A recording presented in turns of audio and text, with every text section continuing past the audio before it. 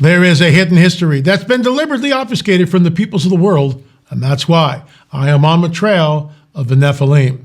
The Genesis 6 narrative states that the Nephilim are on the earth in those days and also afterwards. If that's true, can we find evidence that corroborates this? I'm L.A. Marzulli. Join me as we go on the trail of the Nephilim.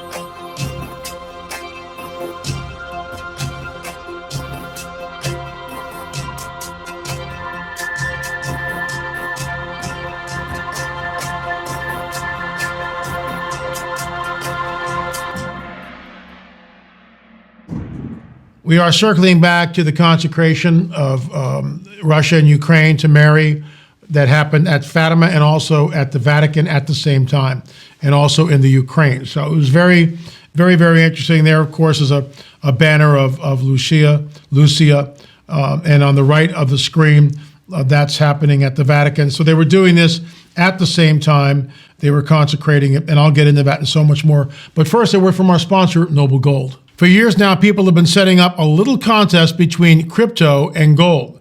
But that's like comparing a truck with an SUV. Both carry stuff and travel from point A to point B, but they do different jobs.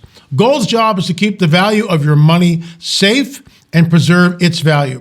And since Ukraine and all the nonsense that's going over there and the oil inflation crisis, it's done a brilliant job compared to stocks and other investments.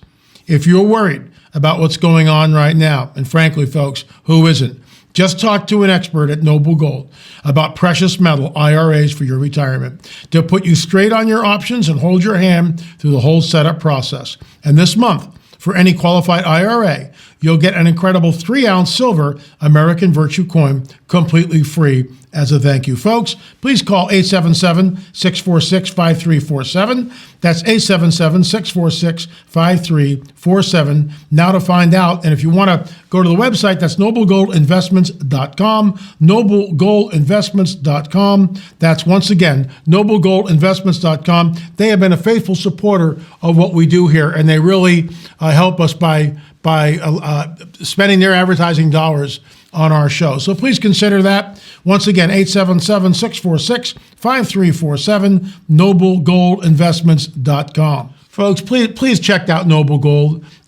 We've lost a couple of sponsors, and they're our one last big sponsor. And they're great. They've been with us for a couple of years, and they stand by us. They believe in what we're doing, and we believe in what they're doing, especially when you look at the instability of the financial market. But one more thing, I will be May 19th to 22nd, Homeward Bound Conference, Prophecy Watchers, prophecywatchers.com, prophecywatchers.com. Also, the UFO Conference in Utah, and I'll be showing you a slide on that probably tomorrow or next day, the day after. Lots of big names there. It's going to be a real hoot. They have over 700 people registered already. So this is the big conference of the year, in my opinion. So once again, we see Sister Lucia. For those of you who don't know, why am I so interested in this? Because I made 2 films on this. We went there in 2017, at the 100th anniversary of the so-called Fatima apparitions. But was it Mary of the Bible or something else? And I have great reverence and great respect for Mary of the Bible. I do.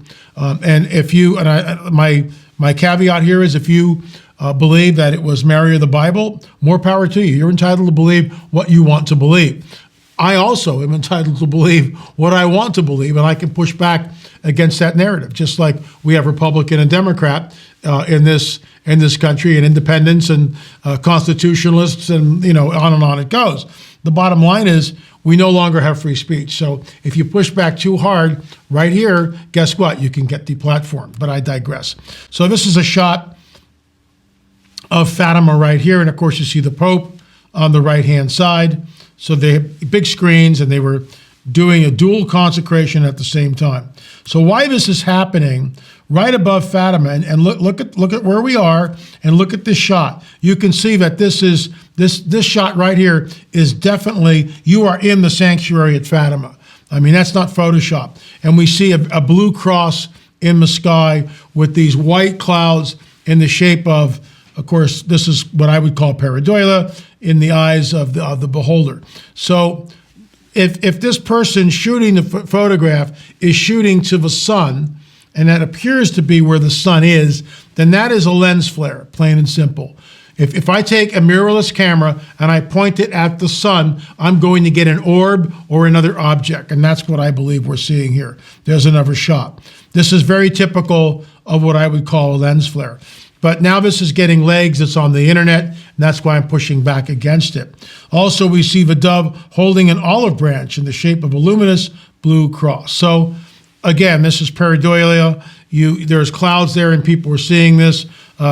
People that would come up against me and say, well, L.A., you just don't believe in the supernatural. No, I do believe in the supernatural. But I also know when you take a mirrorless camera, which more than likely what this is, and you point it at a light source like the sun, you are going to get a lens flare like this. We show this in one of our Watchers films.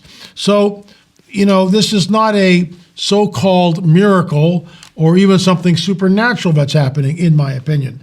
While I do find the clouds interesting, I don't believe it's supernatural. So now they've got different filters. Dove with olive branch is the universal symbol of peace. The dove in forgiveness, the olive branch.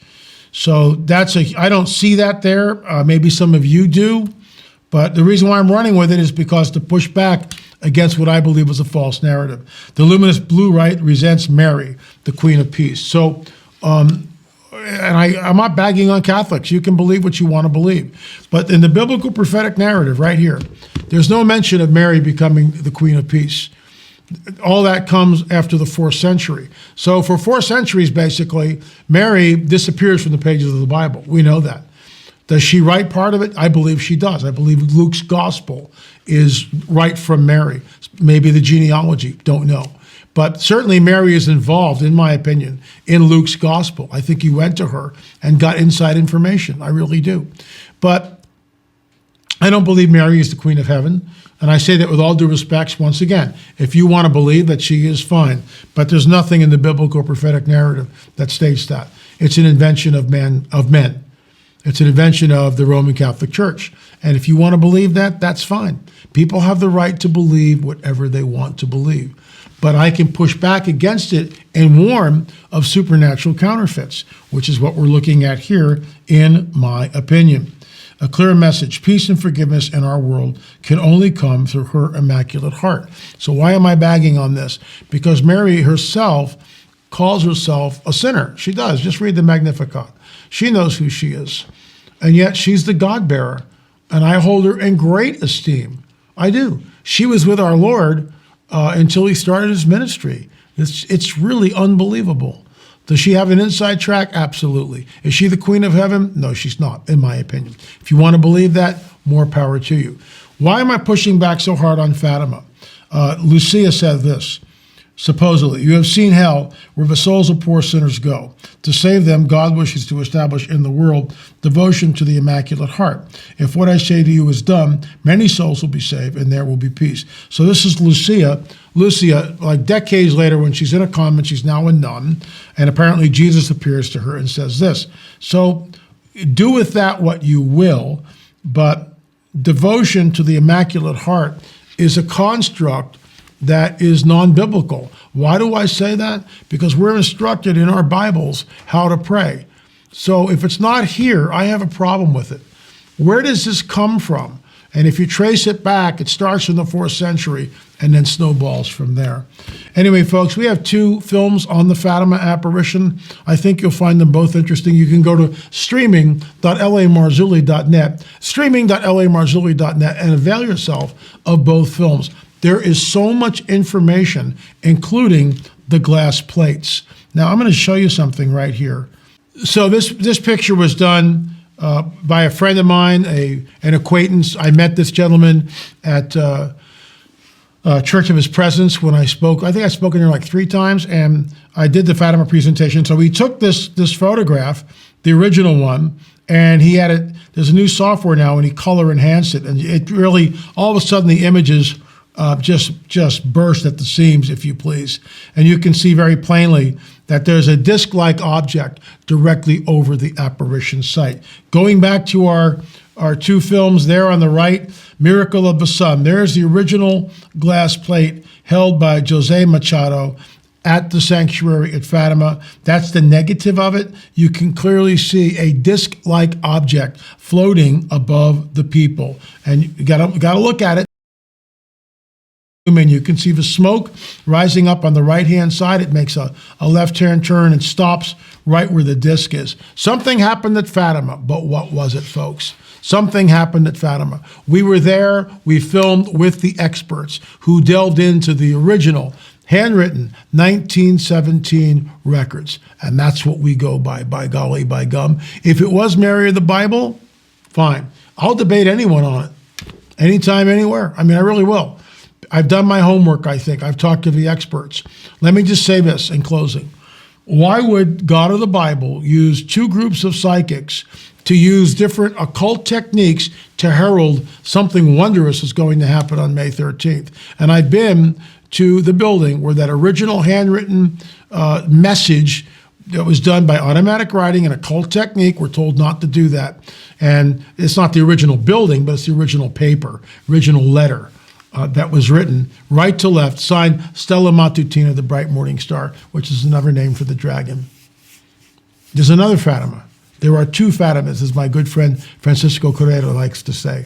There are two Fatimas, one that the people made, and then the real Fatima. You be the judge, and if something else happens, there's that picture again. Take a look at it. It's amazing. Thank you for doing that. Anyway, folks, if something else happens with it, I will be on this because I believe that Fatima was a harbinger of deception. I believe it was a UFO event. If you believe something different, fine. I'll debate anyone about it, like I said, because the story that I got from Fina de Armida, from Joaquin Fernandez, from Jose Machado, we've got the picture. I'll show it to you again. There's the picture with the disc-like object hovering directly over the apparition site. Remember, witnesses said on the record, I looked up and saw a dull silver disc. Thanks so much for watching On the Trail of the Nephilim. Remember, folks, we'll see you on the air or in the air. Thanks for watching.